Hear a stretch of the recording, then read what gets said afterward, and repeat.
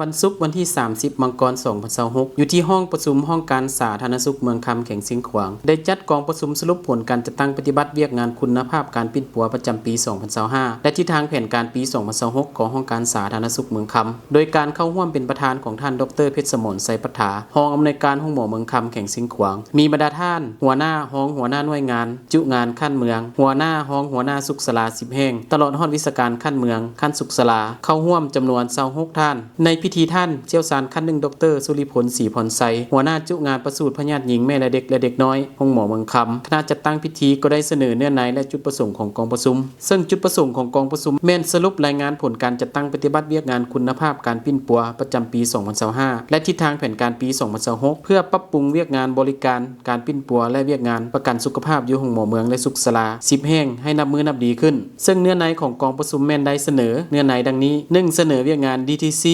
ลุกของห้องหมอเมืองและสุขศาลา10แห่ง 2. เสนอเวียกงาน QPS 3. นำเสนอเวียกงานการจัดตั้งปฏิบัติการนำส่งคนเจ็บ 4. ผ่านบทสรุปรายงานการจัดตั้งปฏิบัติเวียกงานประกันสุขภาพเงื่อนไขบุคคลที่บ่สามารถนำใช้ประกันสุขภาพได้และทิศทางแผนการในต่อหน้า 5. รายงานการควบคุมและการติดเชื้อ 6. เวียกงาน 5D 1พอใจผลได้รับของกองประชุมซึ่งได้แสดงออกดังนี้ 1. ด้านเวียกงานการเงิน QPS ของสุขศาลาต้องมีแผนสรุปบทบันทึกให้ถูกต้อง 2. ปรับปรุงแผนกิจกรรมบ้านเขต2เขต3เพื่อให้ได้คะแนนดีขึ้น 3. มีการซอกค้นเก็บตัวอย่างคนเจ็บที่สงสัยเป็นวัณโรคและมาลาเรียให้หลายขึ้น 4. ปรับปรุงเวียกงานนำส่งคนเจ็บโชเฟอร์และพยาบาลให้ดีขึ้นก่อนเก่า 5. เวียกงานประกันสุขภาพปรับปรุงปึ้มบันทึกครอบครัวทุกอยู่สุขศาลาให้ละเอียด 6. ปรับปรุงประเมินเวียกงาน 5D 1พอใจ 7. อบรมให้สุขศาลาเข้าร่วมเวียกงานควบคุมและป้องกันการติดเชื้อ 8. ปรับปรุงเวียกงานฟื้นฟูหน้าที่การกายบำบัดให้ดีขึ้น 9. คาดหมายปี 2026ให้ได้คะแนน DTC และลุกบ่ให้ลด8คะแนน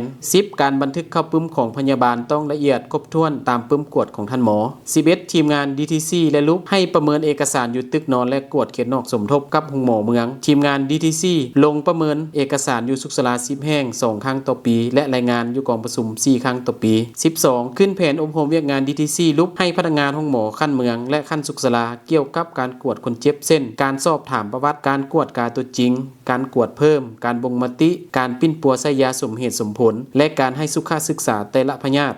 13. ลุกให้ท่านหมอเขียนบินยาให้ถูกต้องและครบถ้วนเพื่อหลีกเลี่ยงการจ่ายยาผิดพลาด 14. ปรับปรุงการเขียนบินยาให้เหมาะสมกับพยาธิ 15. ให้มีการฝึกอบรมให้สุขศาลาเกี่ยวกับพยาธิตามฤดูกาลในกองประชุมท่านดรเพชรสมรไสปัฏฐารองอำนวยการห้องหมอเมืองคำแข่งสิงขวางประธานกองประชุมก็ได้มีคำคิดคำเห็นเพิ่มเติมใส่บทสรุปรายงานเกี่ยวกับการจัดตั้งปฏิบัติและแผนการเคลื่อนไหวของพนักงานแพทย์หมอทางด้านวิชาการให้ห้องหมอเมืองคำและสุขศาลา10แห่งต้องสืบต่อแก้ไขปัญหาที่ยังคงค้างและพร้อมการจัดตั้งปฏิบัติแผนที่วางไว้ให้ปรากฏผลเป็นจริง